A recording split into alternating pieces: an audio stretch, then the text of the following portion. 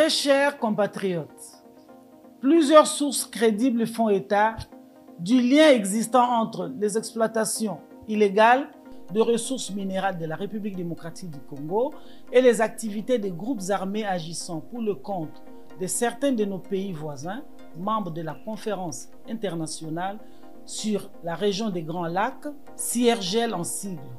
Le Rwanda en est le principal instigateur. La fraude résultant de ce qui précède prive le pays des capitaux qui pouvaient financer davantage la construction des routes, des hôpitaux, des écoles, et j'en passe. Autant dans la province d'extraction que dans l'ensemble du territoire national.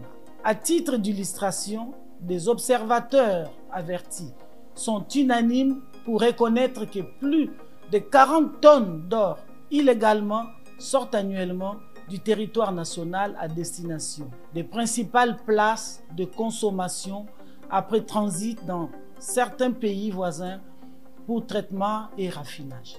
En prenant le cours moyen de 3 dernières années, plusieurs milliers de francs congolais, équivalent de plus d'1 milliard de dollars américains, devant servir d'assiette à la fiscalité et à la parafiscalité, sans oublier ses effets induits en termes de croissance, échappent au trésor public. En 20 ans, le pays n'a pas pu recycler dans son économie environ plusieurs milliers de milliards de francs congolais, équivalent à plus de 30 milliards de dollars américains, ce qui aurait permis la réalisation des activités d'intérêt général à impact durable. Dans le cadre de la lutte contre la fraude et la contrebande minière, le partenariat Primera Gold a été mis en place, lequel, en moins de 6 mois, a fait passer les exportations d'or de la filière artisanale de moins de 50 kg l'an à plus de 600 kg en moins de 6 mois. Son Excellence, M. Félix Antoine Tshisekedi Tshilombo, président de la République, chef de l'État, en appelle à la conscience de tous pour l'accompagner dans cette croisade visant à faire profiter à l'ensemble de notre peuple des fruits de l'exploitation de cette ressource naturelle, dont de la providence. En conséquence, l'autorité suprême du pays exhorte les uns et les autres à se départir de toutes les pratiques frauduleuses, car tous ceux qui seront appréhendés auteurs, co-auteurs et complices subiront la rigueur de la loi. Il s'agit notamment des opérateurs miniers, toutes filières confondues, à savoir le comptoir agréé, les titulaires de droits miniers qui, en violation de la loi, organisent dans les périmètres leur concédés une exploitation artisanale illégale. Des coopératives minières qui signent des partenariats avec les titulaires de droits miniers à l'insu des services techniques du ministère des Mines.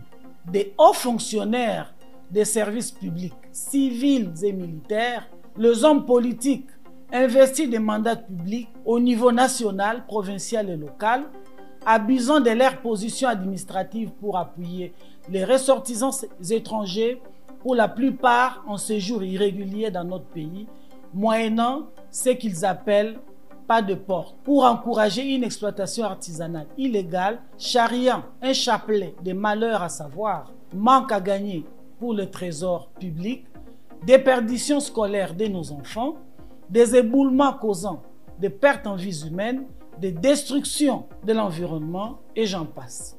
Je tiens à relever que les images diffusées le vendredi 4 mai dernier, présentant des personnes opérateurs miniers, nationaux et étrangers, leurs complices des services publics ainsi que l'or saisi à Bukavu par les services spéciaux est un signal d'alarme à l'endroit des uns et des autres. J'en profite pour féliciter les services de renseignement militaire.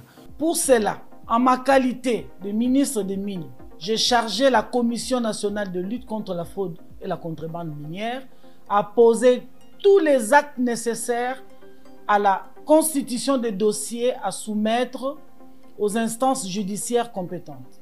Par ailleurs, j'ai instruit tous les services techniques de mon ministère à démarrer une campagne de sensibilisation dans le respect de la législation en vigueur afin que personne n'en prétexte ignorance. En tout état de cause, cette action de prévention et de répression ne se limite pas qu'à la filière aurifère. Elle sera étendue à toutes les autres filières en activité, compte tenu de la position privilégiée de la République démocratique du Congo en tant que principal fournisseur et détenteur de la grosse part des réserves de cobalt. Une attention particulière sera portée à l'exploitation de cette substance minérale stratégique afin d'éliminer tout obstacle à son acceptabilité par les marchés internationaux.